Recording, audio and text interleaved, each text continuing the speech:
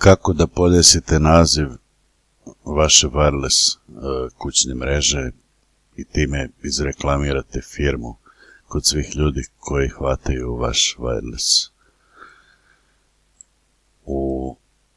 Otvorite browser, u browser upišete 192.168.1.1. Otvorite tu adresu, pojavit će se ovaj gateway, username pišete Telekom, password Telekom, login.